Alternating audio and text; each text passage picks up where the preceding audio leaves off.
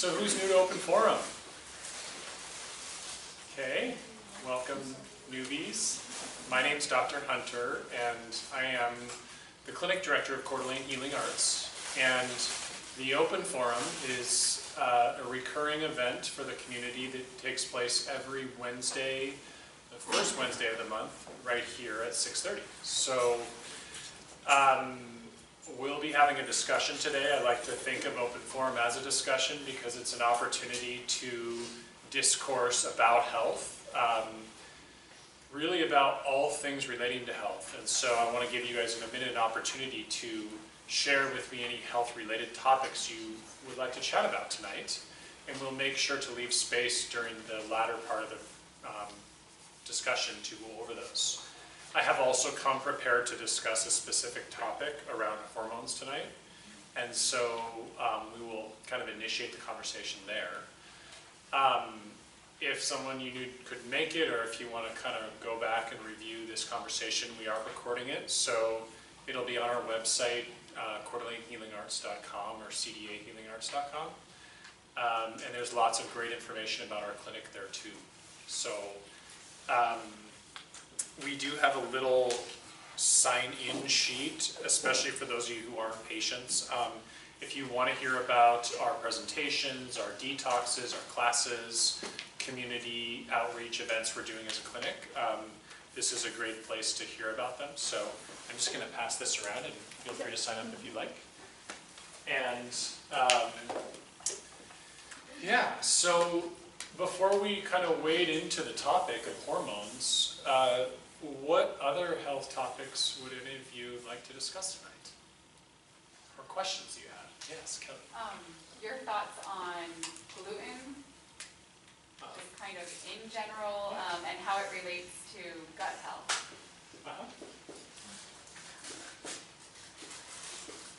Good.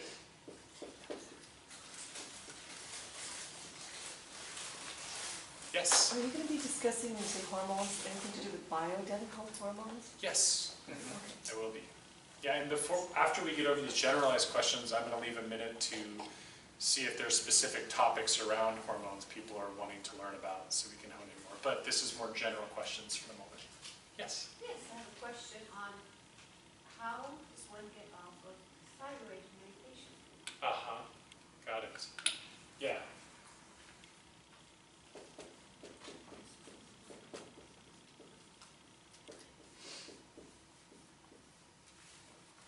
Okay. What else? Any other questions about anything?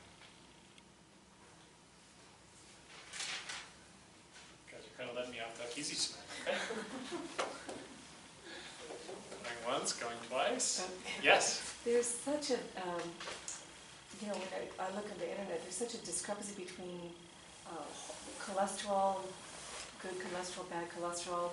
They're saying now that sometimes we're taking too much supplements, all these things. So I'm just kind of a little confused. So maybe an overview of how to interpret cholesterol and is it good or bad kind of thing, or health roles. Okay, sure.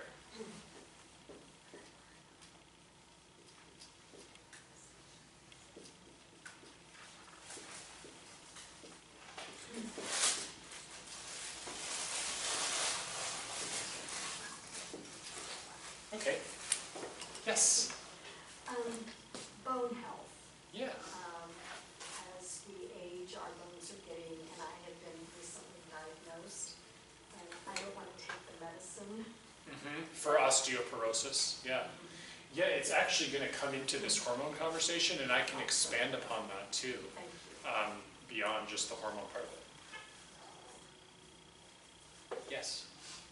And I'm actually not even sure what exactly it is, but we're kind of related to bones and aging. Yeah. It's more like I don't know, it's just tone and aging. Yeah. You know, Yeah, muscle and muscle. yeah, I guess connective muscle. tissue tone. Yeah.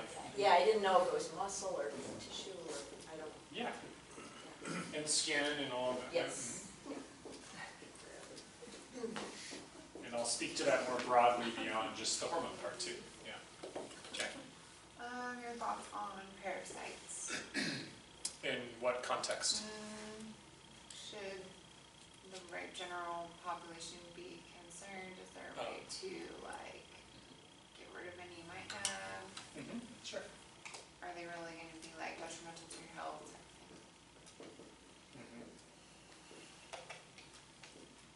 Sure.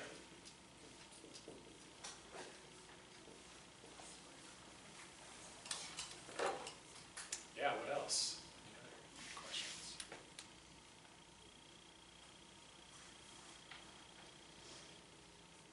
Okay, kind of building outward with the kind of hormone lecture we're going to do tonight.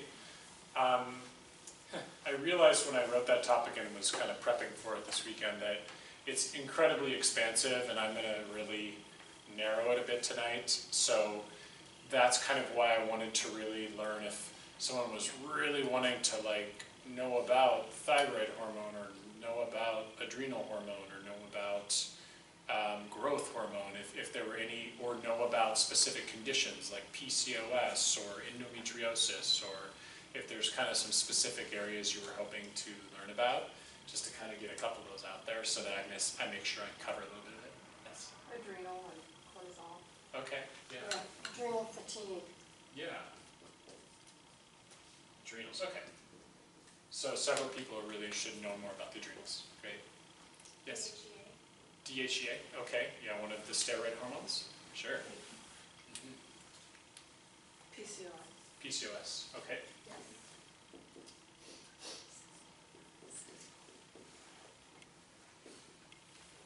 What else? Okay, great. So, like I said, hormones, hormones, I guess I'll start with hormone physiology. I kind of like to start it with how things function in their correct manner in the body, and then get to talking about what happens when things go wrong. So hormones are substances in the body that are produced in various glands and organs in different tissues. And hormones have their most prominent role is carrying information to elicit cellular responses throughout the body. So they're kind of signaling molecules. And they're signaling molecules on a really grand scale. What's kind of cool about them is that they can interface with any tissue in the body because they move through the bloodstream. As opposed to neurotransmitters, which maybe you guys have heard of serotonin, dopamine, GABA, some of these compounds. What they do is they move through nerves. So there's very specific tissues that they can travel through to send signals. Hormones, on the other hand, can travel to any tissue in the body and get anywhere because they move through the blood. And there are a lot of them. So as I was looking at that topic, that's why I said, oh, I should have been real specific, because if we want to talk about all hormones, we would be here for days. Because there's growth hormone, there are hormones that signal circadian rhythms of sleep-wake cycle, there's hormones that signal metabolism, there's hormones that signal hunger and satiety, there's hormones that signal breakdown and storage of fat and carbohydrates, there's hormones that trigger reproduction, there's hormones that relate to stress, there are hormones that relate to blood sugar regulation. So many physiological processes are controlled and governed by hormonal signaling. So that's a pretty vast expanse of actions in our body that our hormones are kind of the guiding force. Now there's a process to the creation of hormones, of course. So, initially we have synthesis. So that's where we get hormones created from originally the building blocks of everything, which is the food we eat. Most of the time that's amino acids or breakdown products of proteins are the beginning points of proteins, or of hormones, but also, a lot of people don't know this, many of our most important hormones come from cholesterol. So one of the questions was, well, talk about cholesterol and health, and this whole thing about we got to have low cholesterol. Well, I don't necessarily agree with that because cholesterol is critical to make steroid hormones. Estrogen, progesterone, testosterone, cortisol, to name a few, DHEA, come from cholesterol. So we actually need that cholesterol to have that major function. Once a hormone is synthesized, and granted this is happening in various tissues, thyroid hormone is happening in the thyroid gland, estrogen and progesterone are happening in the ovaries, testosterone is happening in the ovaries or in the testes, we're making insulin and glucagon in the pancreas, growth hormone is made in the liver. So all these different hormones kind of have different places that they're primarily being synthesized. But once they're synthesized, they got to be stored, and usually they're stored in the organ they're produced in. And then they need to be transported. And as I talked about earlier, most hormones move through the bloodstream. So there's a challenge with that because a lot of hormones are fat soluble, meaning that they need to be attached to a fat structure to move. And so what we have are what are called binding proteins that kind of hook onto hormones when they move into the bloodstream and get them from point A to point B. And this is a very important concept when it comes to hormone testing, because blood testing for hormones doesn't differentiate the bound up hormone that's in that transport form from the active hormone. And so, as I'll talk more about, I'm more inclined to test with saliva, because for those fat-soluble hormones, we can appreciate more accurately what I'll say is the business end of the hormone, the actual active hormone doing transduction of information. So anyways, with transportation, that happens, of course, in the bloodstream. And then when that hormone gets to its target tissue, it then actually does what the hormone triggers through what's called cellular amplification. So it binds to the outside of the cell, and within the cell, you amplify the signal of what that hormone's messaging is saying. And then the physiological consequence ensues. So for example, we could say thyroid hormone binds to the target cell and say in the skeletal muscle and activates and revs up metabolism to, speed up heart rate, for example, in the heart. So that's just one example of how that mechanism works at the cellular level.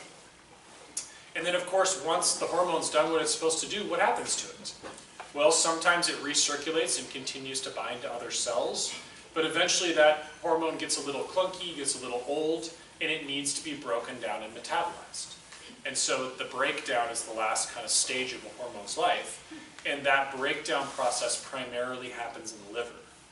And more specifically, the liver detoxification pathways break it down and activate it, and then many of its constituents are excreted. And sometimes we like to pay attention to the balance of some of those breakdown products in the body, and you could actually also do testing for that. In the urine particularly is a really good way to measure those breakdown products, because that's what the liver ultimately excretes, is it turns it into water-soluble compounds that go out the kidneys in urine. So that's kind of the life cycle of a hormone, just to give you guys a little backdrop. Are there questions about that so far, in terms of what is a hormone, what are some of the main hormones we're talking about, and what are some of the main things they do? Okay, all right.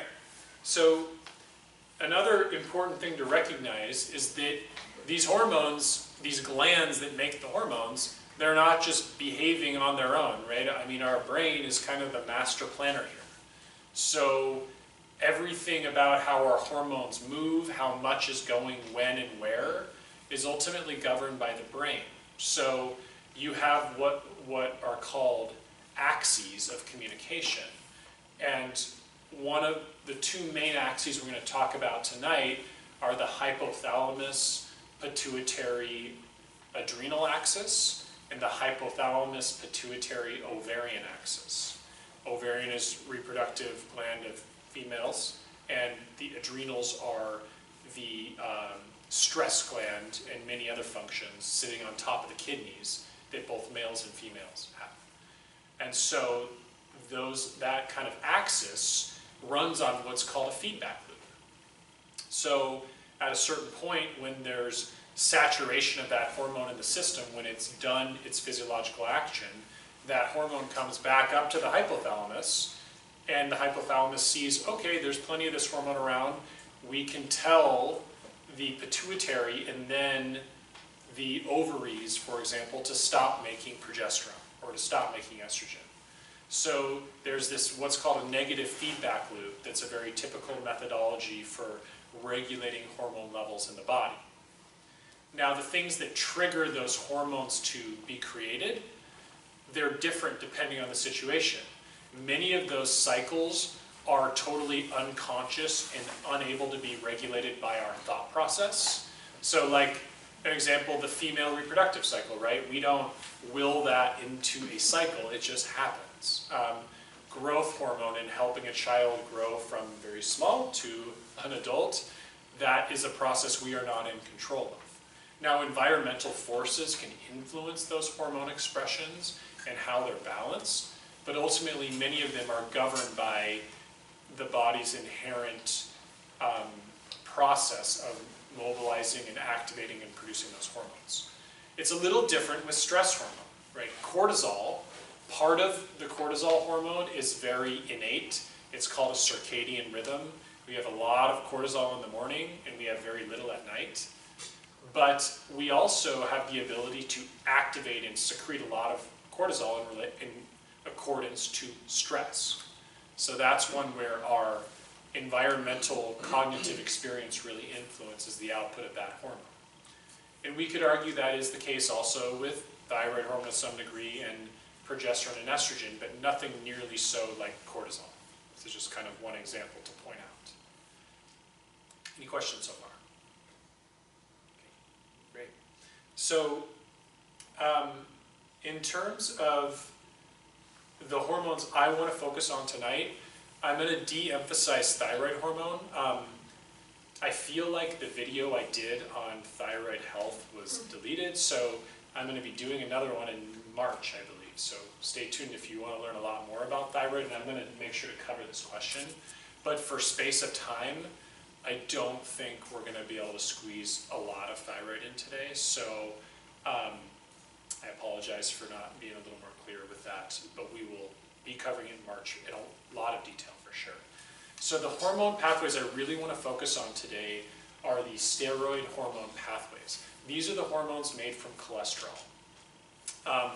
So the 5 hormones particularly we're going to be examining are, well actually 6, because I really like to talk about pregnenolone, which I call the mother hormone. It's the very top of the hormone cascade, so it's going to be pregnenolone, progesterone, estrogen, testosterone, and DHEA. And so let me first kind of show you a little bit about, well, I guess first of all, let's talk about the organs that these are made in. Okay, so let's just start with in females, during the ages of active menstruation, post-puberty and premenopausal, the primary place that estrogen and progesterone and testosterone are made are in the ovaries for women. So that's by and large where we're making probably 95% of those hormones for women. Now the hormones we most associate with females are estrogen and progesterone. So those are very primarily female hormones and mostly made in the ovaries when you're in reproductive cycle in your life. The other hormones I spoke of, which are DHEA and cortisol, are primarily made in the adrenals. So that's where those are the little glands that sit on top of the kidneys. Now, premenopausally and especially postmenopausally, the ovaries basically shut down.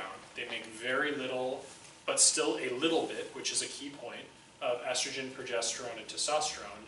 And the main synthesis of those hormones actually shifts over to the adrenal glands, which makes albeit way, way smaller amounts than in the reproductive active years, but still continues to make those hormones in the adrenal glands. So it's important to remember that the adrenals can also make them.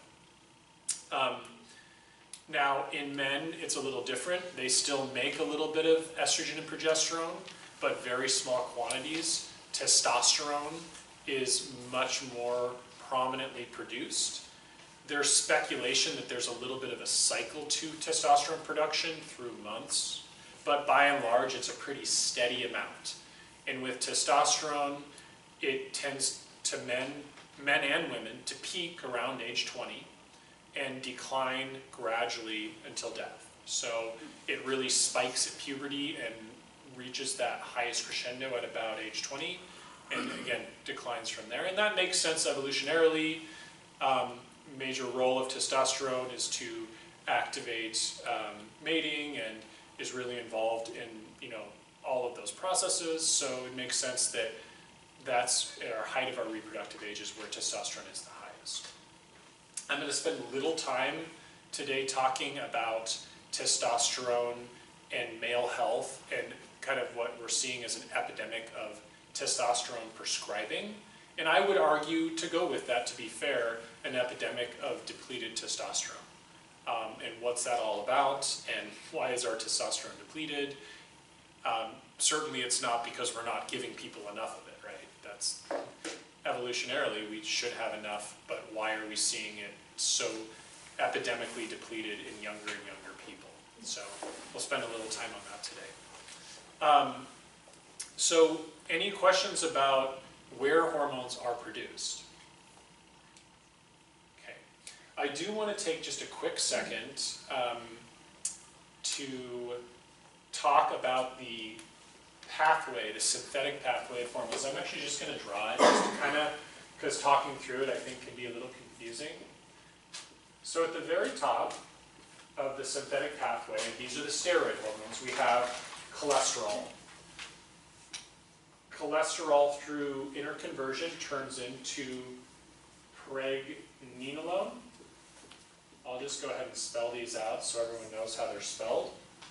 Pregnenolone gets converted into progesterone. And then everything kind of funnels out from progesterone. So over here we have progesterone interconverting into DHEA. And this is androstenedione, but I don't even know how to spell it, so I'm just going to write DHEA. DHEA interconverts into cortisol and into testosterone. And then progesterone also interconverts into actually 3 forms of estrogen. It's E1, E2, E3, and these are equal to estrone, estradiol, and estriol. And estradiol is 10 times as potent as estriol. So that's kind of important when we get to talking about hormone replacement therapy and the use of hormones as medicinals, to appreciate that relationship. And when I say 10 times as strong, it means it binds at the cell receptor 10 times as strong, meaning it exerts 10 times the effect in the cell as estriol. Okay. Now there's another interesting and important interconversion that happens here. It's testosterone to estrogen. There is a conversion that happens there, so when men are taking testosterone, you have to be particularly careful about that interconversion, as well as, especially when it comes in the realm of women with breast cancer, knowing about that interconversion is useful, but we're not going to focus a lot on this pathway overall. So, any question about how that synthetic pathway looks and how these hormones are produced? Yeah? I do have a question. Sure. Okay. So, if one has had an hysterectomy, Yes. okay, so then that you're saying that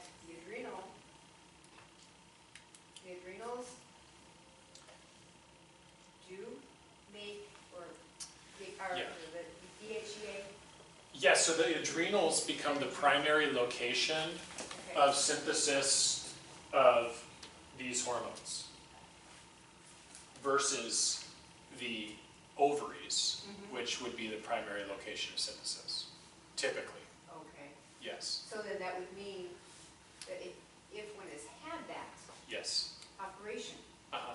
then there is no estrogen being made unless it's made from the testosterone?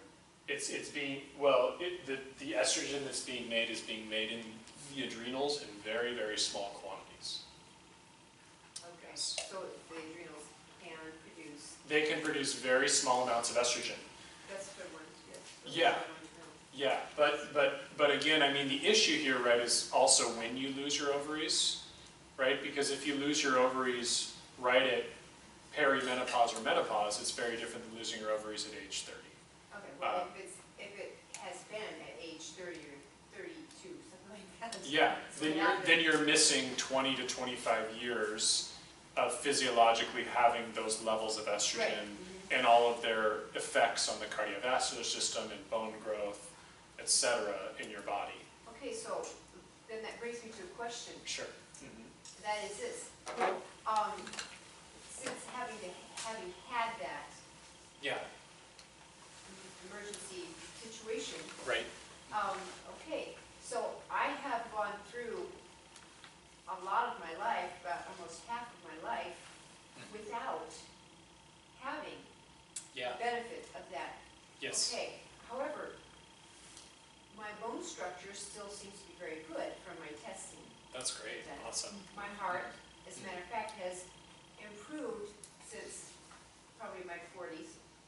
Great. Now, so does that mean perhaps that changing of diet and eating, eating better, can that make that kind of a difference? Well, absolutely. So I'm just kind of getting into the physiology, and then we're going to really go into Into some of those things? yeah, health pathology. So I think I'll just briefly mention what I call the therapeutic order, which is what the foundation of how I implement care with patients is utilized. And that therapeutic order essentially, the very last level of intervention is powerful substances like hormones. So in sharing how these hormones work, I'm not saying that we're getting to the point of just talking about giving people hormones. We're understanding their roles in health. But more importantly, we're going to learn how more foundational elements of lifestyle influence hormone expression, etc. So yeah, so that's kind of, to me, yeah, I'm going to give a lot of information on hormone replacement today because I think the quality of information that's out in the conventional mainstream world is not as high as I would like to see it. And so I know some people are very interested in that, but I also want to spend a lot of time on much more foundational, in my mind, even more powerful therapeutics that will very much influence these major forces in our body. Yeah, thanks. So, if we're kind of looking at the synthetic pathway, this is really useful, particularly because we get to understand the interrelationship between these hormones, right? None of them are acting independently. So, for example, if we're having tons and tons of stress going on, and we're needing to make a lot of cortisol, that's going to have an influence on some of these other pathways, right? Because you have to take hormones from other places to make more cortisol. This is what is actually called, there's a term for this, it's called pregnenolone or progesterone steal, when we are making lots and lots of cortisol as a result of the chronic stress response. One of the reasons I believe I see such consistent and epidemic depleted progesterone levels in women of menstruating age, because I think this process is going on a lot. Yeah, question? Just quickly, why do you call it synthetic pathway? Because synthesis is the building of hormones. There's a synthesis and breakdown. It's not that it's synthetic, as like not real. Right. That's in relation to, there are such things as synthetic hormones. They're also known as hormone analogs, which means they are substances that exert an action like the real hormone, but also is foreign to the body and usually comes with a lot of constituents that are unknown to the body. So anything we talk about in relation to therapeutics today will be in relation to the use of what are called bioidentical hormones, meaning hormones that are not extracted from someone's body and given to someone else, but they've been created or synthesized from a natural source in an identical form to what your body makes. And that's, my philosophy and everything about practicing medicine is, copy nature to the greatest degree possible. So why would I use a synthetic hormone that doesn't look like what the body knows when I have the ability to use something identical to what the body makes itself? Yeah, good question. So just that little statement about, hey, this is all interrelated and how these are synthesized and interconvert is important when we get to understanding where hormone imbalances emerge from. So, any questions, other questions about the pathways so far? Okay. So I think that I want to just show a little bit real briefly, because specifically we're going to talk a lot about estrogen and progesterone here as part of our chat today. So I want to make sure we understand just real basic biochemistry of what a female of reproductive age, what the estrogen and progesterone levels look like during a cycle.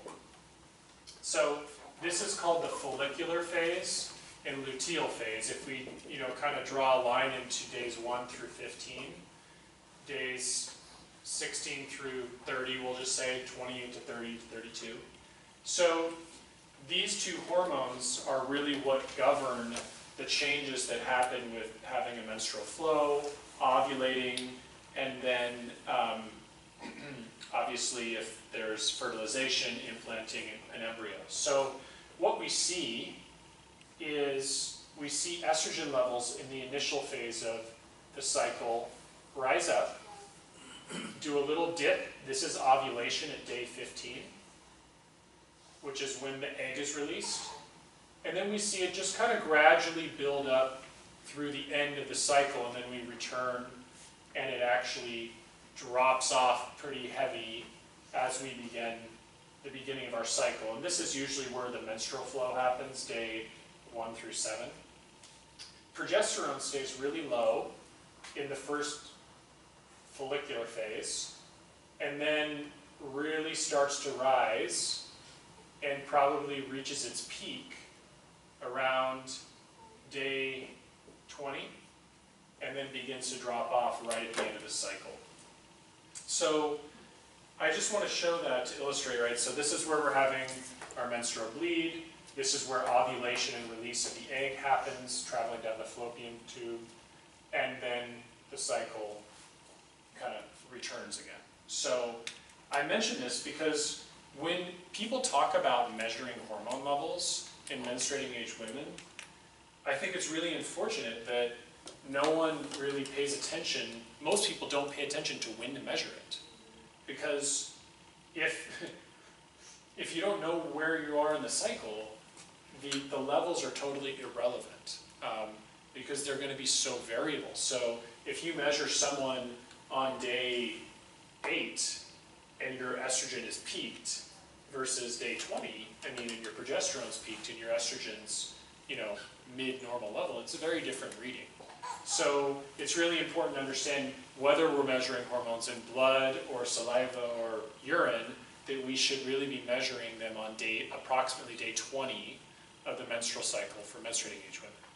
Obviously, if we're postmenopausal, this isn't going on, right? Because we're not menstruating, so we don't have these big fluxes in hormone levels. Basically, both of the hormones are kind of down here. So that's a kind of important concept that, it's arguable as to whether or not it's really necessary to measure postmenopausal hormone levels, because we probably know they're going to be low. They're supposed to. Doesn't mean we don't have any hormones, but we're not going to have a lot of them. Okay. So I just wanted to make sure we had just a real quick tutorial on how that cycle's regulated, because we're going to talk about some conditions where that plays a role. Any questions? Okay. So I think what I would like to just mention real briefly is kind of expand out on that concept of hormone testing. So as I said earlier, I really like to test hormones in saliva because I find that that is the most accurate way I can gauge active hormones. When I test hormones, personally, I find that testing hormone for cost efficiency, testing all of your steroid hormones, this whole cascade, in a morning sample is the best time to do it, and if it's in a female around that's menstruating age, around day 20. So the reason we talked about day 20, why that is, so we can accurately measure progesterone and estrogen. Why first thing in the morning? Because we talked about if we want to measure cortisol, we have that circadian rhythm to look at, right? So we have this concept that your cortisol peaks at its highest level first thing in the morning. It's part of what wakes you up in the morning, the hormone cortisol. That's a major regulator. And so if we measure it randomly during the day, you're not going to really be able to be catching that peak level. And clinically speaking, knowing about that peak level gives us the most insight about adrenal fatigue, adrenal exhaustion, dysregulated adrenal glands. Now, occasionally I will also measure nighttime cortisol, especially if sleep disruption is a major clinical symptom. So wanted to bring that in because you can measure these hormones at different times of day. But generally I like to just collect them all with one sample in the morning. And I want to just caveat this by saying any laboratory test anybody does, your doctor runs, whether it's blood chemistry, even stool analysis or urine analysis or whatever, it's all just a snapshot in time. So these results are not definitive. So anytime I'm working with someone, the testing is always, to me, secondary and complementary to the very personalization and individualization of one's health experience. And that's more prominently what determines my decision-making process and how to guide them in a treatment plan. But sometimes the objective backdrop of those hormone assessments can be really valuable. So I do find them useful in certain contexts. Any questions about salivary testing? How we do that? You mentioned for those that are out, the younger ones do it in the morning, but what about for postmenopausal women? When do you test? Still done in the morning. So in the Yeah, but the timing of day 20 is not as relevant, right? Because of the progesterone estrogen is not changing. Yep. Yeah, so there is an ability to do it in the blood. As I said, we have to deal with the binding proteins then, and it's not, to me, as accurate or as clear. We can also measure hormones in the urine. And the nice thing about doing that is that you can measure all the metabolites. So you can measure all of, for example, the different types of estrogen breakdown products, the different types of testosterone. So all of these hormones have different breakdown constituents. And theoretically, measuring those in the urine can kind of tell you how much of those breakdown products are around in the bloodstream. And if you have certain balances, that can create problems at times. I don't do a lot of that, partly because of costs. Those analyses are $400, $500, and I have a hard time asking people to use a lot of resources on testing when we can learn so much clinically as it is. But still, sometimes that's valuable to get a bigger picture. Of course, if you're using urine analytes, you're not really measuring the active hormone in the body. You're measuring the breakdown products in the urine. So there's another argument that, well, how does that translate to what's actively going on in the body?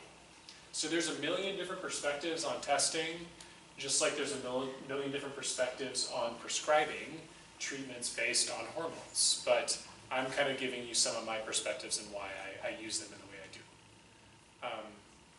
So any testing questions about these steroid hormones? Okay.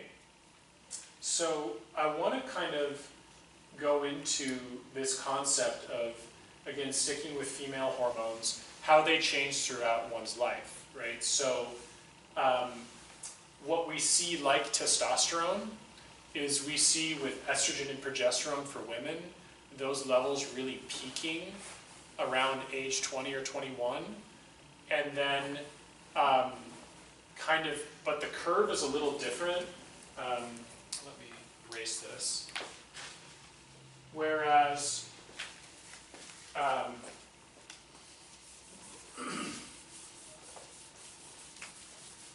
with testosterone, it's kind of like this very big spike at 20 and then just flatline. I would say with progesterone and estrogen, it's kind of more of this rising up, but then kind of hanging out up here, and then we hit about age 50, and we go down really fast, and kind of bottom out here at just a really low baseline. And this we could argue this is kind of where puberty is going on, and this is kind of where menopause is going on, and this is where reproductive age or reproductivity is going on with menstrual cycles. So, we all can relate. I think most everyone in this room has gone through puberty. And so, kind of a challenging time for the body. A lot of changing happening. Stuff with skin, stuff with mood, body's changing, skin, reproductive organs are changing, tissues are changing. Very difficult time for most people. At the same time, it's just kind of one thing that we relate to rite of passage. Everyone goes through it, but we also give a lot of support through that process. And usually, puberty is at a time where our bodies are kind of at their peak vitality. I mean, in terms of our vital force, it's really the very strongest. The functionality of our physiology is incredible, between 12 and 15, or 12 and 16, say. Now, on the other end, at the same time, we really have a very similar process. We see a really rapid change in hormones, except instead of them really increasing, they're really decreasing. And we're still accompanying that with a constellation of major adjustments that women have to go through in this stage in life. So as those hormone levels change, and really that phase, technically, let me really spell these out medically termed. So the period immediately preceding menopause is called perimenopause. And what that really is termed by or defined by is the transformation of the regularity of menstrual cycles, as well as the change in hormone levels. And so that's estrogen, progesterone, but also the brain signaling hormones that guide those levels are changing. And oftentimes many accompanying other physiological symptoms, such as mood changes, skin changes, vaginal tissue changes, hot flashes, night sweats, sleep disruption, hair loss, to name a few of the more unpleasant things that people tend to experience in that time. And then really perimenopause transitions to menopause when you have actually not had a menstrual cycle for 12 consecutive months. Then you're officially menopausal. So really, that's how it's termed. You one day become menopausal. When you hit 12 months, you're in menopause, right? So it's not like you're going through menopause. That's not technically a correct term. You're going through perimenopause until you become menopausal. And many women, when they arrive at menopause, kind of down here, continue to experience some challenges in that state of readjusting to their body in that time. And I also think it's really relevant to give some context here. Menopause is, for a lot of people in their life, a major time of transformation in its own right. This is often, we consider it midlife, children leaving the house, maybe relationship changes, career changes, caring for family members who are elderly. That's a lot of times tends to fall in that place around menopause. So a lot of the forces that impact the expression of symptoms of menopause, we can't just pin it all on hormones. And I think, very important to recognize treating the whole person, that we don't just say, oh, you're having, hot flashes, let's give you hormones. It's like, well, let's contextualize all of this. So that's one thing I want to just make sure to mention. But in terms of that phase of life, there's a very rapid change going on. And so whenever the body is recalibrating and adjusting rapidly, oftentimes there's going to be real powerful physical observations and manifestations of that. And another thing to point out is that I'm kind of showing estrogen and progesterone together, but in reality, if this is perimenopause right here, and this is menopause, I just expand that out, and we're looking at estrogen. Estrogen is kind of like this curve, and progesterone is kind of this curve. And because the body is all about balance, whenever something really gets out of balance, I mean, progesterone and estrogen are really they're very interconnected hormones, and they're always talking back and forth to each other and really regulating each other. So when progesterone precipitously declines much quicker than estrogen, it's part of why perimenopausally so many of these symptoms tend to express themselves. So many women I find going in perimenopause, a progesterone deficiency is very, very common. How is that if progesterone turns into estrogen? Well, it does, but understand that this is like in the ovaries when we're making these hormones is what's going on there. So we can't say that just because estrogen comes from progesterone, that means that their amounts have to be intertwined because of that in terms of the balances and levels. So I think just showing that cascade is really to appreciate, how hormones ultimately come from the same place, at least the steroid hormones. But it doesn't mean that because estrogen has to come from progesterone that, if progesterone levels decline, then estrogen levels have to decline equally, right? Because what directs hormones going in different places, there's a lot of forces that direct that synthesis. So just because estrogen comes from progesterone doesn't mean that inherently stipulates a certain balance between how much progesterone is converted into estrogen.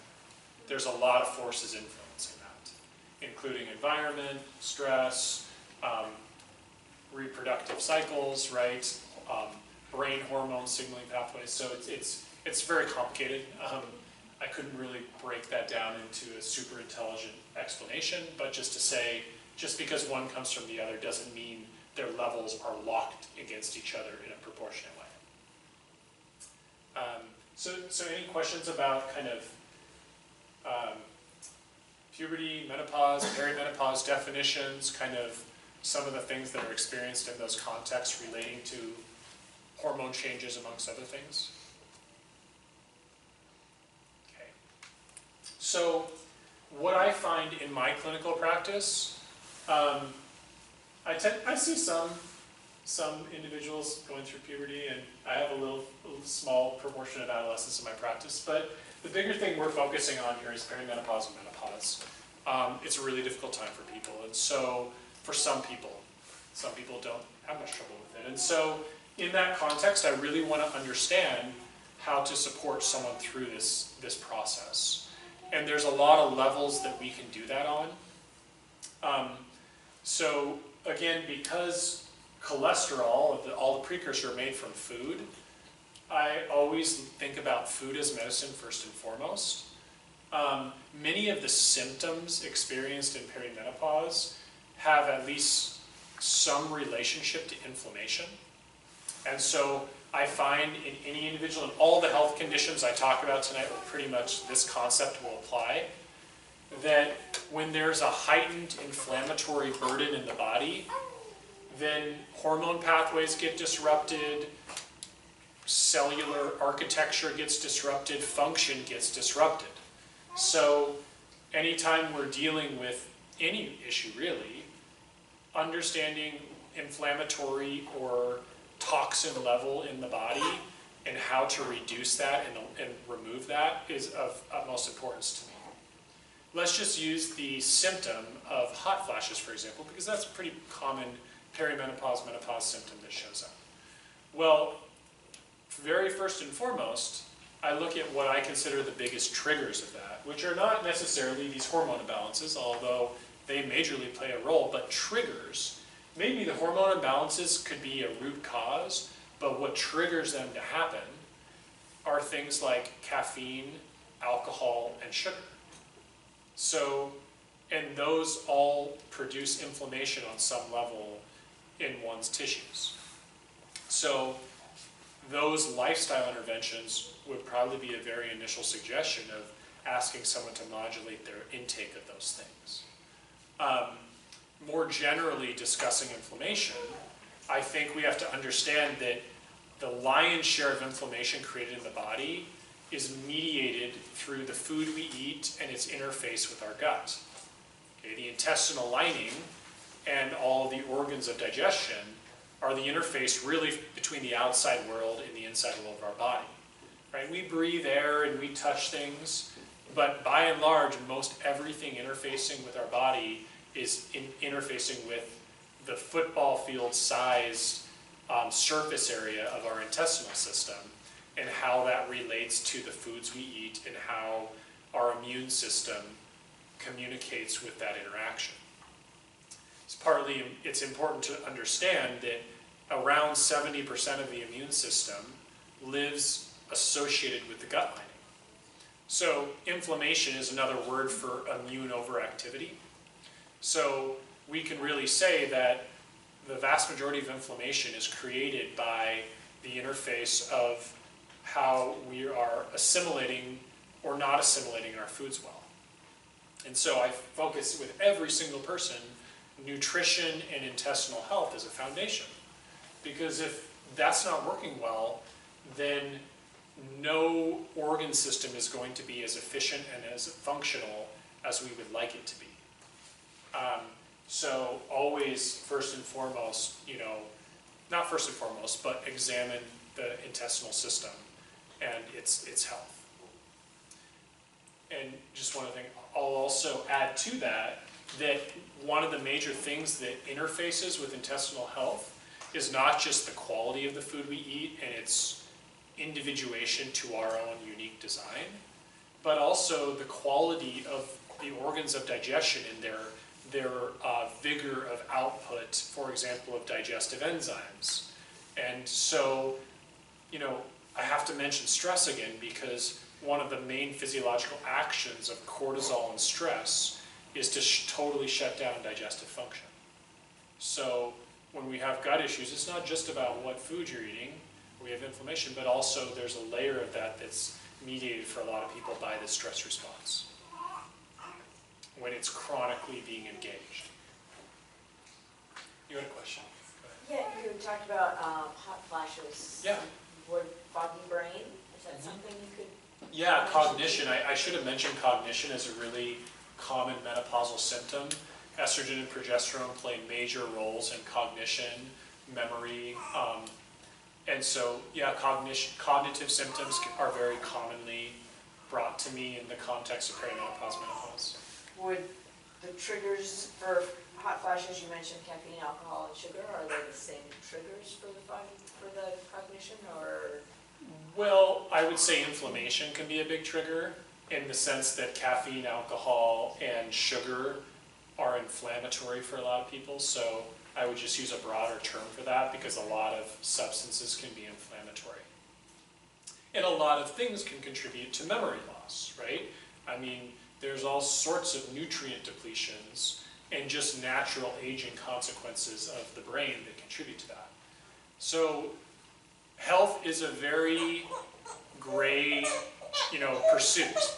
It is not black and white. So it's never as simple to just say that this one thing is causing your menopausal symptoms or is causing your sleep issue, right?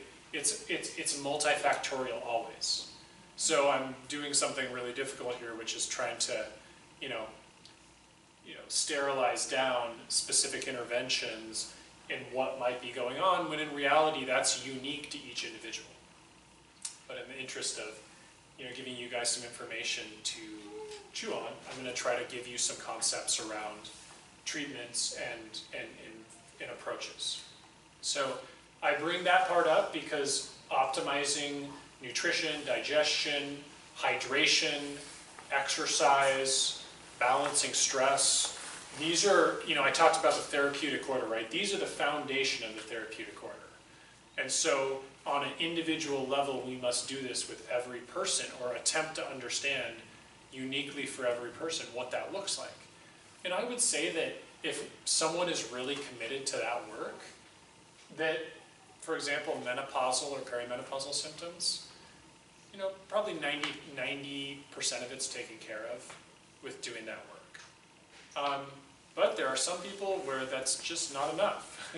And there's really an issue with these hormones that we have to work with on a clinical level. And so I'll start on a food base, again, because I really want to start as close to nature as possible. And what I like to employ, and we're talking about perimenopause, menopause, is I really like to employ what are called phytoestrogens, especially in the realm of hot flashes. Those are things like soy, flax seeds. Those are probably my two favorite to focus on. So interestingly, because they vary, we talked about like these different estrogens, estradiol and estriol. Estriol weakly binds estrogen receptors. So women who have symptoms of too much estrogen that are reproductive age, giving them flaxseed or giving them soy actually serves to reduce the action of estrogen, because that when those flax or that soy occupies all the receptor sites, that more powerful estradiol doesn't have the chance to go bind. So in menstruating age women, I actually like flax and soy to reduce estrogen action in the body, but when we become postmenopausal and there's hardly any estrogen around, it can actually gently increase the estrogen activity in the body. So those two compounds can be very useful in that perimenopausal, menopausal context. Yeah? Is it fermented soy? Mm-hmm. Yeah, you still have soy isoflavones, or what they're called, do exist in fermented forms as well. And by the way, a lot of myth out there around soy and breast cancer. Soy is breast cancer protective.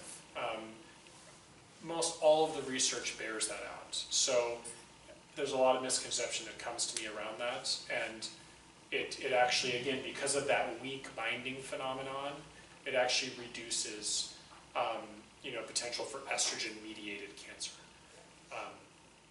So I just want to mention that. So I really like those compounds. I also really enjoy using certain botanicals, and the three botanicals I really like are, well, four: Vitex, or chaste tree; maca, which is a Incan kind of South American herb; dong quai, which is a Chinese herb, and I don't think there's another word for it, it's just dong quai. Quai is the second word. And black cohosh is another great herb to work with. A lot of times I'll personally formulate a tincture that involves a blend of those herbs, maybe a couple of other synergizers. It's always customized to the patient. Generally speaking, Vitex is progesterone promoting. Black cohosh tends to be more estrogen promoting. Dong Quai balances both, but what it does is it also really improves blood flow to the pelvic organs, so arguably makes the ovaries work a little more optimally. And the fourth one, maca, is also kind of a blended response and also can help with libido. But if we're postmenopausal, those, you're saying the ovaries, it wouldn't really work for us, right? No, they still continue to make hormone. Oh. And that's a big distinction, right? Women who have had a hysterectomy, this is a very important point to make, that your entire lifetime, your ovaries still make hormones, even if you're postmenopausal. And equally important, those ovaries help the adrenal glands make hormones as well. So if you don't have ovaries, it's something really to be thoughtful about in terms of how that influences physiology, because there's always a basal level, even in menopause, you're still making. Obviously, when people have a surgical hysterectomy, you know, this part of menopause is like, you know, instant, and that's very difficult for some people. And I have worked with many individuals in that context too, because it totally, you know, warps physiology in a powerful way. Hormones have a very powerful physiological role, so that's important to be supportive of someone in that context. You mentioned botanicals. Would you include DIM, D-I-M? Well, so DIM is an estrogen detoxifier. It's actually not really a botanical. It's an extract of cruciferous vegetables, diindomethane, and it works. Remember I was talking about how hormones are made and how they're broken down? It works on the breakdown side. Specifically, what it does is it enhances the breakdown of estrogen. So when I get into mentioning estrogen-dominant medical conditions, of which there are many, then DIM or DIM becomes a very important compound because it helps address estrogen dominance. I do not use DIM in menopause because usually we're wanting to promote estrogen action. The place I would use DIM in menopause is in a hormone-mediated cancer that's sensitive to estrogen. So breast cancer, ovarian cancer, and uterine cancer are very sensitive to estrogen stimulation. They're estrogen-driven cancers. And so detoxifying estrogens could be very useful in that context. And oftentimes, individuals will choose not to take prescription drugs that block estrogen because of side effects or other belief systems, and that's a place where DIM is very useful. But a lot of other conditions that I'll mention too. So, any questions about the botanicals, the food-based stuff, at least as it pertains to menopause?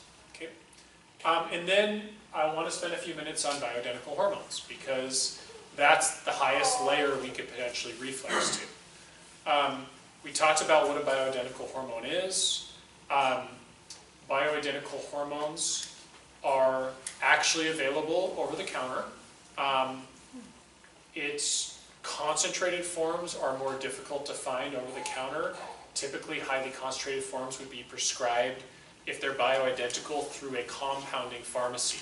And what that means is they make the hormone at the pharmacy versus having a drug company make it in a standardized form. The handiness of that is we can individualize the balance of that hormone. Remember I said a lot of menopausal symptoms, for example, but any hormone-driven symptom, ultimately, if it's about hormones, it's about the balance of those hormones. Estrogen dominance, progesterone deficiency. So if you're compounding a hormone, you can very, very much individualize that dosing based on symptom feedback as well as lab testing. So that's one benefit of using that methodology. So when you compound it, what hormones are you looking at? So again, we've talked a lot about progesterone and estrogen. Those are the major hormones.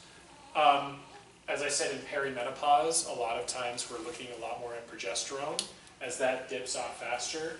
In menopause, we're looking at keeping that balance there between the hormones. So we're primarily looking at progesterone, but we're often looking at also providing a little bit of estrogen. And from my training, the wisdom that continues to persist is actually balancing estradiol and estriol in a formula. So it's a compound called a biest, which is usually 80% estriol, the weaker form, and 20% estradiol. So what's really important about hormone prescribing is to appreciate that maintaining that balance is really critical. If you start giving someone estrogen because they have hot flashes and you don't balance it with progesterone, then estrogen dominance can emerge.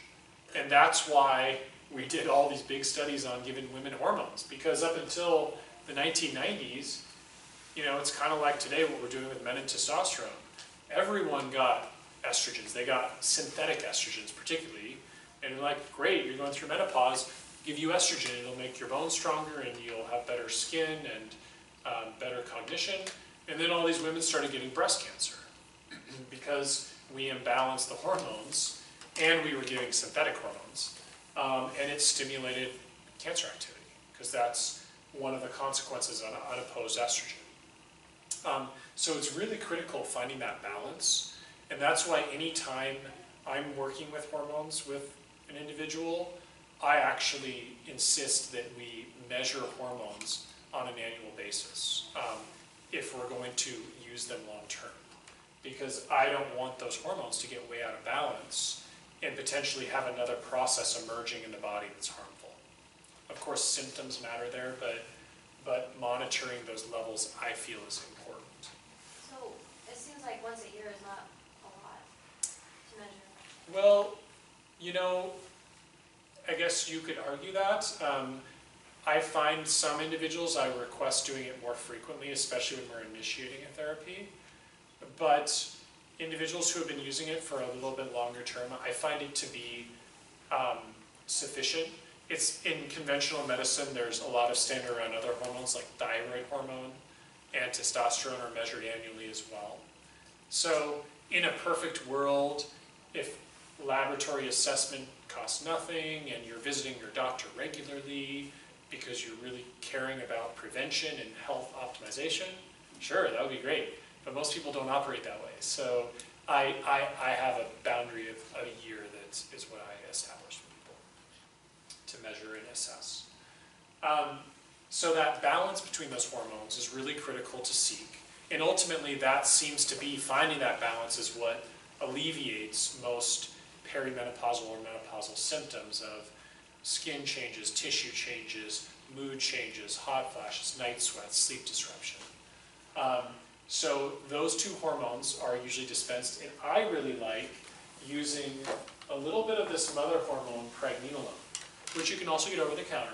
But pregnenolone has a really lovely calming and cognitive enhancing effect. And so I personally like to kind of synergize a formula, if I'm going to use a formula, with a little bit of pregnenolone. And it's pretty subtle, but I also like that if you give pregnenolone, the body can really choose where it needs to allocate it to as it moves downstream. So let me give you a concept of quantities, because it's like, well, are we giving, I don't know if you've heard of Suzanne Summers and some of these people, are we giving people like these monstrous doses of hormone? Not me. Some people maybe, but really what we're doing is just gently enhancing kind of one's existing hormone pathways and trying to balance them in the context of postmenopausal. So I would say that the levels of those hormones that are reflected are very much in line with kind of what these hormones look like premenopausally. So, you know, we're not ratcheting up someone's hormones 100 times greater than what they would be making if they were of menstruating age. So when you talk about dosing of those hormones, that conversation gets a little complicated because the dosing is really correlated to the method of absorption. And let me explain that. So there's different ways you can put medicine in a body. The The most common way we're accustomed to is swallowing things and having it absorbed through our gut. But there are other absorption pathways: injection, sublingual or under the tongue, as well as transdermal. Now the difference between those will very much vary your dose of hormone based on which method you're using of absorption. If you're doing hormone orally, then when it absorbs through the intestinal system, it goes right to the liver. We talked about the liver is what breaks down hormones, and automatically the liver's going to eat up 80% of that hormone. It's partly why I don't really like oral hormone consumption, because a lot of it gets chewed up. And all of the studies that have been done on adverse effects of hormones have a lot to do with that interface with the liver. So I think that, we have to appreciate hormone dosing has a lot to do with administration route. My preferred route of administration is transdermal, because when we do it transdermal, we skip all that liver metabolism, and we are also able to really accurately measure the levels if it's going through the skin, in terms of when we do salivary measuring. So transdermal, you usually use thin skin on the body, so like the inner arms or inner thighs are really good places to do transdermal hormone absorption. And it's usually dispensed in a cream, whether that's over the counter or, again, compounded. And again, you can customize those formulas really based on what the person is needing if it's compounded. Typically, I like to ask women who are postmenopausal to take a 5-day break just to allow the hormone to clear their system once a month, because I think that it's nice to allow the body to reset a little bit, and I find that most people do fine with that. And then, as we go forward, the goal always is with any hormone use or with supplement or natural medicine or drug use, in my opinion, it's minimal dose to achieve maximal quality of life. So I'm always seeking to find that lowest quantity possible where someone can feel their best. So we don't just have a dogmatic number that says, everyone takes this much hormone. It's really finding that lowest point where things can be balanced. So in that conversation about, hormones, or at least the therapeutic application of hormones as it relates to perimenopause, menopause, any questions about that? Yes. So if I have no symptoms as far as mood swings or the night sweats, whatever, is it necessary to take bioidentical? No, absolutely not. Yeah, and in fact, the only time that even gets considered, as I said, is after we've done the foundational therapeutic order, really understood what role those are playing, and they're still really debilitating, life-limiting symptoms. Because I've been told, it doesn't matter, you need to take it just because it'll help your heart and your bones. Well, so that's another category. If you have osteoporosis or osteopenia, I often will have a conversation with people about hormones and their role they play in bone building, because progesterone, estrogen, DHEA, and testosterone are all bone-building hormones. One of their signaling roles is to synthesize and strengthen bone. So in that subset of population, I do consider it as an option, and we discuss it, and if they're an appropriate candidate. Obviously, family history of breast cancer, some of these things are going to become really important conversation points in whether that's appropriate. But certainly, from that standpoint, there could be an argument made. Another argument about giving people hormone replacement, bioidentical hormone replacement, is aging, right? Healthier skin, better cognition. Okay, yes, and there's a lot of other forces that have, in my opinion, a much more prominent role to play in healthy aging. So I'm always open to that conversation, but it's absolutely not, in my practice, dogmatically applied. Everyone should take hormones, right? That's not copying nature, right? If everyone should be taking hormones, then why doesn't this cycle of these hormones staying high just exist until we die?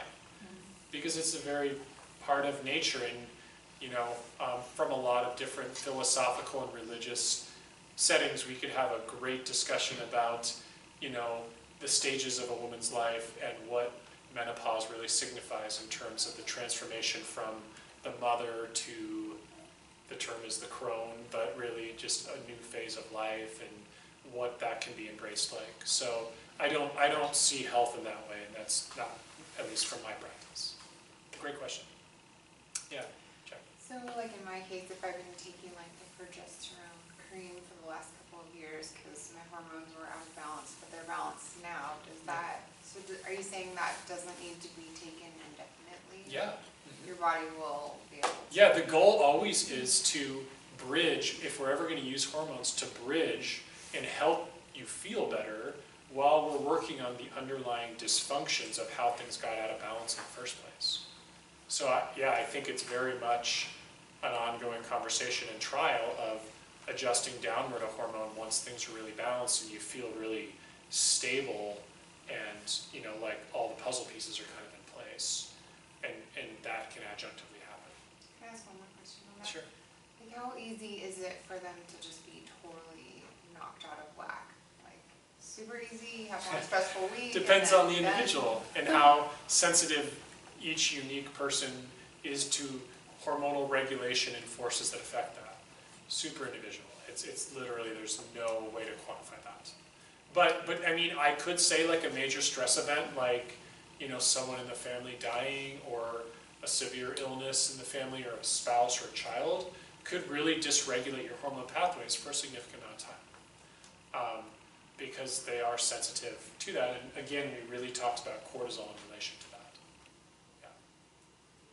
Okay. So we good about hormone use, about menopause, anything lingering that we want to make sure to hit? Yes? I have a question Yeah. about long-term studies on HRT. Is it showing if there's... They've done them, but they haven't done them on bioidenticals. And that's a big differentiation whenever we're educating about bioidenticals. In synthetics, they're very different molecules. So we've done some big studies on long-term with bioidenticals, or with synthetics, and actually for the most part, as long as we're using progesterone and estrogen in appropriate ratios together, there are really positive studies on cardiovascular and other really major aging kind of symptoms, bones, etc. There's very little negative findings, although there are some concerns around cancer. And there are many concerns around unopposed estrogen when it's synthetic, unopposed, and orally taken. So gut, blood clotting, heart attacks, those kind of things. So we don't do that. Yeah. Yes? Did you say that there were concerns with the bioidentical hormone therapy? There hasn't been a lot of research done on it. There's been a couple small trials and no concerns have emerged, but the big, robust, massive, like women's health study that was done on hormones in the early 2000s was with synthetics. So what we have on bioidenticals looks really good, but you know, we just, again, because the pharmaceutical industry can't monopolize the revenues from making a drug out of it, that's how our research industry is perpetuated, is through big pharma. So, you know, it's harder to do a big study like that because it costs a lot of money, and no pharmaceutical is going to, you know, throw down for something that is from nature because they can't patent it. That's the big problem with natural medicine research in general, is that it's great, we need to do it. I'm a super scientific person and I love looking at science, but my toolbox is not, you know, really robustly researched because, you know, it's not profitable to a big corporation. So what are bioidentical hormones made out of? They're usually derived from wild yam, is, for example, where we extract a lot of progesterone. And for the estrogen or estradiol? Estradiol comes from a couple of plant sources. I'm forgetting the specific plants right now. Okay. Yeah, but they're very prepared in a very, you know, very regulated, exacting laboratory setting. You're not just chopping up a plant and grinding it down. Okay, so yeah, it's made on the level of a synthetic drug in terms of standards. It's very standardized, and necessarily so, because, as I said, hormones are powerful substances. So I want to talk about a couple of female health issues that relate to what I consider to be estrogen dominance. The biggest one I find issues around with estrogen dominance is endometriosis. It's a really common disease, and so it doesn't get a lot of traction out there in the world because I think there's just a lot of stigma around it. But basically, endometriosis is a disease where endometrial tissue leaves the uterus and embeds in other organs, like the ovaries and pelvic cavities. It's often associated with profuse menstrual bleeding, really heavy, painful menses. And if it progresses, it can end up causing pelvic inflammatory disease, which is life-threatening. It can get so severe that, the pain is so severe that the only thing you can really do is go surgically remove the tissues that have left the uterus. And oftentimes that necessitates even taking out the entire uterus and ovaries if it's severe and progressed. So the only way to treat it in conventional medicine is surgery. So if you ever talk about endometriosis to a conventional practitioner, say, oh, there's nothing we can do about it, it's genetic, and if it gets bad enough, you have surgery and just go get rid of the endometrial tissue that's in the pelvic cavity and sew someone back up, and you may have to cut your ovaries out and you may have to cut your uterus out. And that's generally anesthesia. It's an all-day long surgery. At least we can do it laparoscopically, meaning little incisions, versus chopping the entire abdomen across like we used to do. But it's pretty intense. And the main proactive treatment that is given is take birth control, which is oral contraceptive, which is synthetic estrogen and progesterone, or get pregnant. So a lot of people don't necessarily fit that category that have endometriosis. So I have found a lot of success treating it. And I guess I want to estrogen dominance, right? The concept is estrogen in relation to progesterone is way increased. And that's one of the main mediators of this disease amongst others. And I have to just, make a statement about the epidemic of estrogen dominance in modern America and the impacts of what are called xenoestrogens in our environment. Xenoestrogens are estrogens derived from external substances that are not our own body. Okay, so an example of that is hormones fed to the meat that we eat. Anything that is not organic, grass-fed, is pumped full of xenoestrogens.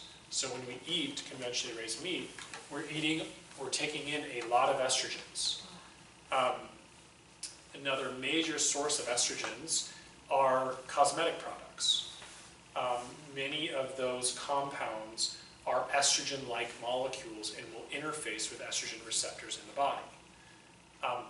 Even little things or big things, plastic bottles, right? All plastics contain estrogen-like compounds, or most of them do. BPA is one many people are familiar with. Credit card receipts have BPA on them. When you touch credit card receipt, you're touching an estrogen.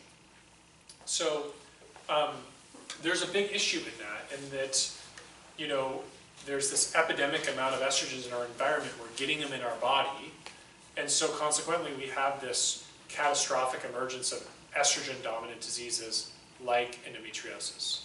So always when we're treating an estrogen-dominant disease, we want to think about, is this person getting a lot of xenoestrogens into their body? And then, of course, we want to think about what's going on with this hormonal cycle. Why is estrogen and progesterone so out of balance? One of the direct treatments to decrease estrogen is give DIM, D-I-M, we talked about that. But again, with endometriosis, I actually find giving DIM to reduce estrogen, but also giving progesterone, bioidentical progesterone, can be profoundly helpful. Another way to get someone progesterone in their body in a very localized fashion is to insert an intrauterine device, or IUD, that has progesterone in it. So there's a compound called Mirena. It's a type of IUD that can put some progesterone out locally and really mitigates endometriosis well. Problem with the Mirena is it's synthetic progesterone, so it has other side effects, whereas bioidentical, I find, is much better tolerated. The other big thing that I find with endometriosis is that original conversation we had about inflammation. Gut issues and food intolerances and inflammation are huge drivers of endometriosis. So I find dramatic cure and improvement with healing the gut, reducing inflammation. So that's a condition I just want to make sure I mention for a minute. Someone asked about PCOS. PCOS is really an unfortunate label for a syndrome. It's polycystic ovarian syndrome. One of the features of it is cyst formation of the ovaries, but there are much more prominent symptoms of it, which is irregular menstrual cycles, androgenizing features like acne or facial hair growth, and very importantly, blood sugar dysregulation, meaning insulin resistance is one of the particular features of it that's very common. The typical person with PCOS also tends to suffer from obesity, but not always. And so those are kind of some of the features of the disease process. It can be very problematic for women who want to have children that aren't ovulating and having regular menstrual cycles. So that's one of the places the issue really emerges. Obviously, the androgenizing features, the acne, the facial hair. Another feature of it in blood chemistry is really elevated testosterone, which is what drives the androgenizing. My experience with it also is that it's very commonly estrogen dominance associated. So again, those same complex contexts of DIM and progesterone use apply for those individuals often. That insulin resistance issue is a big deal to tackle with PCOS, so that's largely dietary mediated. Insulin is secreted in response to carbohydrates and sugar, so modulating diet to reduce carbohydrate load and I guess processed foods and sugars and alcohol is a big deal, as well as maybe using compounds that help sensitize insulin a little better.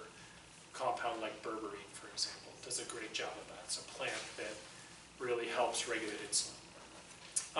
In addition, we may want to work on that testosterone pathway, block testosterone conversion. So again, flaxseed actually really helps with that. It's one of the good things it does. But there's also some plants that do that. Saw palmetto does that. Pygeum, nettle root do a really good job of that. So that's a feature we'll often look at too there. So those are just a few concepts around what PCOS is, major cause of infertility, and one that, again, I think is really successfully mitigated through natural medicine. Conventional treatment is usually drug therapy and birth control. It often isn't super successful. And why I'm mentioning birth control is kind of the blanket treatment for any condition of a female that's of menstruation age. It's just, let's override the hormone rhythm and cycle and put a really powerful level of synthetic hormones on top of it. Problem with that, it really messes with the gut. It really messes with other hormones like thyroid. It really messes with the immune system. And there's a lot of just additional side effects like mood issues and skin issues and weight gain that come with birth control. Partly it's the synthetic issue, right? These are synthetic hormones. So I'm not a big fan of birth control for all of those reasons. It also increases heart disease risk. Yeah. Do those things continue after somebody's not on the birth control anymore? Or is it, We've done research on that. For the most part, no. But in certain cases, yes. Right? And again, these are high doses. They're typically not monitored. We're not doing hormone testing with people on birth control. And for a lot of people, they just take birth control for contraception, which is probably the majority of people who take it. But for all these female health conditions, it's also the primary treatment, which is kind of bizarre to me. But anyways, I just kind of want to point that out, what my feelings are around oral birth control. The one other one I just kind of wanted to mention is irregular menstrual cycles. Again, progesterone deficiency, estrogen dominance comes up here for a lot of people. I find progesterone to be very wonderful in how it mitigates those symptoms, reduces cramping, reduces flow with heavy menses, and really dramatic mood improvements oftentimes. Progesterone is a very calming hormone, and irritability and weepiness and intense emotions are a very common feature of premenstrual syndrome. So PMS is, a place where progesterone can be really wonderful. I also have found that, again, all that dietary stuff and sugar and kind of alcohol very much play roles in that. So that's always an investigation. And then I really like a couple of botanicals. Vitex, we talked about the progesterone-like effect of Vitex, can work great for menstrual irregularity. And the herb raspberry leaf, which is a great tea. I like to dispense it as capsules, but it's great for toning the uterus, improving heavy menstrual cycles, improving menstrual cramping. So those are some of my personal favorites. What do you recommend for post-menopausal or post? The same things? For post-menopause, rather than taking bioidentical? Oh, I spoke about those herbs earlier. We were talking about... So those are the Vitex? Yeah, Vitex, maca, and we talked about... Donquai. Yeah, Donquai, yep, those ones, yeah. If we were to use them, and I always individualize those formulas. What about the estrogen that's over the counter? Yeah, I'm familiar with that compound. I've seen some patients respond to it. I've seen a lot not respond to it. I don't personally recommend it typically. I like to use herbs and lifestyle and the foundational stuff. I get a lot of success with that. Yeah. Yeah, so any questions about the female hormones, female conditions, hormone use, I guess, from that setting? Yes. So are there cases where one may need to be on bioidentical hormone therapy like indefinitely? I would not say indefinitely. I do have a couple of patients who have been on them for an awfully long time, and they're in their 80s, and every time they go off, for them the kind of world crashes down, and I think there's something behind that maybe there's an unwillingness to fully address. And if I was really kind of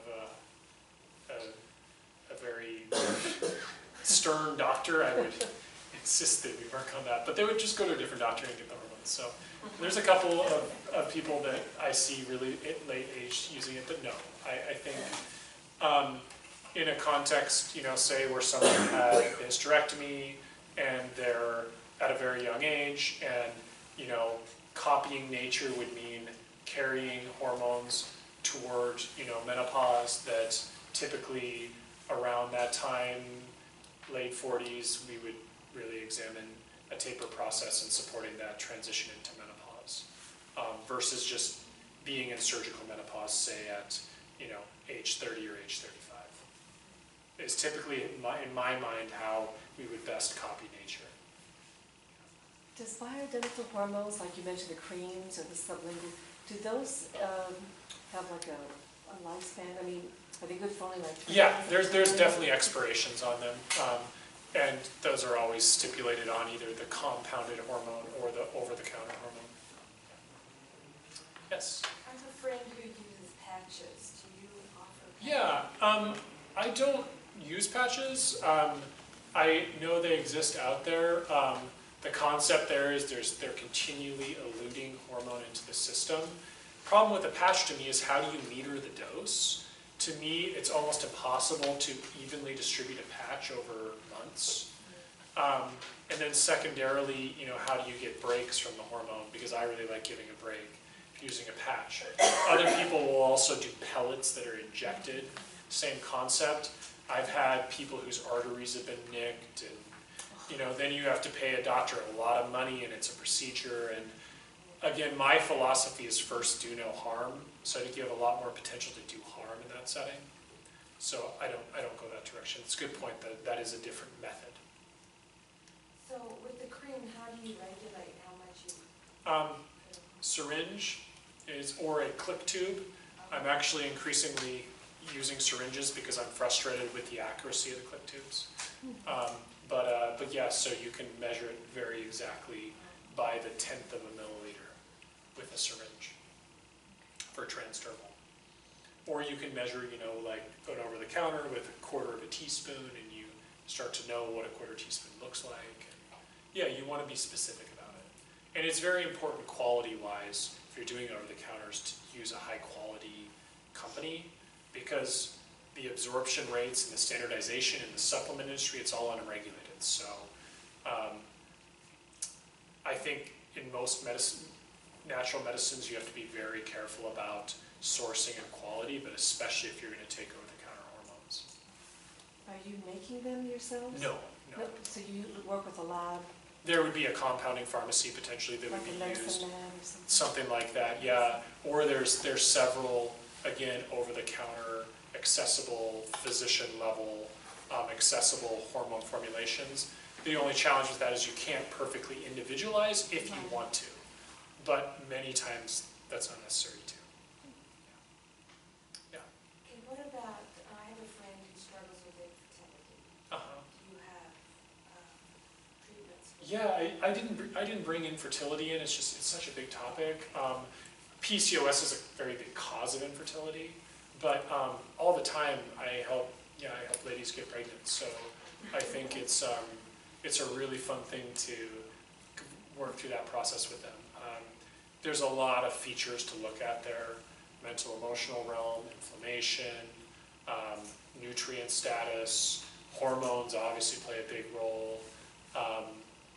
There's some just very much anatomical things you got to look at. Obviously, the males on the other side that you have to consider as well in the picture. So it's just a very complex, in-depth topic, and it's super individualized. But yeah. Yes? So you had adrenals? Yes, I wanted to switch over to adrenals once we finish these topics. Any other lingering hormone questions before I do a little spin through adrenals? Okay. So, first of all, if you came to really hear about the adrenals tonight, I'm sorry, I noticed that I put that on the form and I was like, oh man, I'm not going to have time to cover this in detail. And when I do the thyroid thing in March, it's thyroid and adrenal, because those two glands really talk to each other a lot, so I cover them together. So we'll do a lot more detail there in March. But the adrenal glands are a big issue in our culture, and they don't get a lot of attention in conventional medicine. In fact, the only way you'll ever hear anybody talk about adrenals is like literally diseases like Addison's or Conn's disease. I mean, the very serious diseases. But functionally speaking, functional disease or functional illness, which is most people who seek healthcare, they're not dealing with pathology, they're dealing with functional illness. Or at least most people in this room, I would imagine. And functional illness means that nothing is actually been destroyed in the gland. I mean, nothing is pathologically, irreversibly wrong. And in that context, I think a lot of adrenal issues happen in our society in America. So, because the main hormone we're thinking about when we're talking about the adrenals, it makes several. Like I said, it makes DHEA, it makes cortisol, it makes what's called aldosterone, it's a mineral corticoid. that regulates the kidneys is a major function of that. And it, of course, makes estrogen, testosterone, progesterone. But the biggie is cortisol. And I talked about cortisol being this hormone. We talked about how it circadian rhythms. So one of its functions is regulating how we wake up in the morning, and then when it's really low, at night, we go to sleep and melatonin rises. That's another hormone we didn't talk about, but melatonin's a hormone. And it has all these physiological functions. It regulates heart rate, blood pressure. It regulates things like metabolism, blood sugar. It has many functions. But one of the things cortisol does, and this is where we talked about the brain, us having control over a hormone, when we are exposed to a threat, we perceive it as a stress. And that threat can be a physical threat, like a virus or a bacteria. A toxin can cause a stress